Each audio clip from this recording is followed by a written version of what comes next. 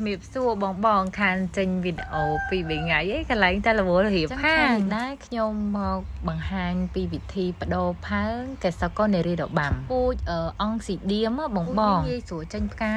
មិនស្រួលថាវាផ្ការហូតអត់ឈប់ទេបង3ទៅ6ខែវាចេញផ្កាបានម្ដងហើយខ្ញុំនិយាយនេះគឺការមើលថែរបស់ខ្ញុំឯណាបងបើសិនជាបងខ្លះគាត់ដាំយូរជាងនឹងទៀតដោយសារ6ខែបងខ្លះដល់តែ1ឆ្នាំទៀតព្រោះដោយសារកន្លែងគាត់ទីតាំងខុសគ្នាស្ទើរពលឺក៏វាអាចយូរចេញផ្កាហើយការថែមជីអីហ្នឹងគឺគាត់អត់បានបន្ថែមជីចេញផ្កាអញ្ចឹងធ្វើឲ្យយឺតក្នុងការចេញផ្កាមកប្រភេទនេះគឺងាយស្រួលថែទាំខ្លាំងមែនតើនិយាយទៅខ្ញុំដាំអត់មានថាលួយអីទេបងស្រួលដាំណាឲ្យតែបងមានពលឺគ្រប់គ្រាន់ស្ទើរពលឺអត់បានទេណាពូជនឹងស្ទើរពលឺលួយយកមក 70% អីល្អប៉ុន្តែកម្ដៅដល់តែ40អង្សាអីគឺឆេះស្លឹកបដាឲ្យបងអត់ងាប់ទេផ្កា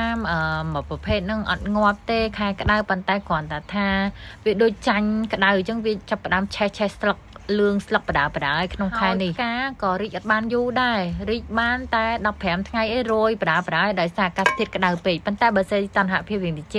អាចរីកបានយូរជាងនឹងទៀតដាំមួយសកៃដូងបងហើយស្រោចទឹកខ្ញុំស្រោចតែមួយថ្ងៃម្ដងឯងពេលផឹកឲ្យជោគមិនសូវទឹកច្រើនខ្លាំងពេកទេបងស្រោចតែមួយថ្ងៃម្ដងបានហើយជាខែភ្លៀងបងអាសាមើលបន្តិចព្រោះដោយសារវាអាចចាញ់ទឹកភ្លៀងខ្លះដែរព្រោះដោយសារវាមានមើមវាអញ្ចឹងបងឲ្យតែផ្កាណាវាមានមើមប៉ោងអញ្ចឹងវាច្រើនតែ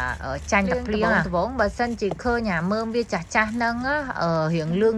ឬក៏លួយតិចតួចអញ្ចឹងយើងកាត់វាចោលឲ្យហើយទៅឲ្យវាឆ្លងទៅដល់ដើមផ្សេងទៀតប៉ុន្តែសម្រាប់ខែនេះគឺអត់អីរលួយដោយសារក្តៅខ្លាំងពេកការបដូរផើងខ្ញុំ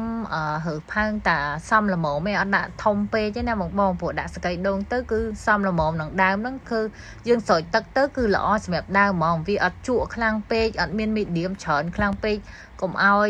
លួយដើមនេះគឺមានភ្ញៀវគាត់កំងឲ្យបដូរផើងឲ្យគាត់ថាគាត់ចង់បានយកទៅខុបគណៈមិត្តភក្តិគាត់បដូរផើងឲ្យបាត់និយាយទៅគឺលឿនទេណាអត់យូរទេបដូរផើងហ្នឹងតែ5នាទីឲ្យបាត់ហើយថតបានហ្នឹងជិះជុំមិនដឹងរៀបស្អីគេខ្លះទេតែងំបានមកវីដេអូប្រហែលថ្ងៃនេះបងអើយឡើងតែជាប់រៀបចំអត់ចេះចប់អត់ចេះហើយទេនិយាយទៅអ្នកស្រឡាញ់ផ្កាចេះចប់រវល់ជាប់មកចង់មកឡើងតងវារៀងវែងពេកអញ្ចឹងត្រូវបន្ថែមឈើដើម្បីឲ្យកុំឲ្យដឹកជញ្ជូនទៅវា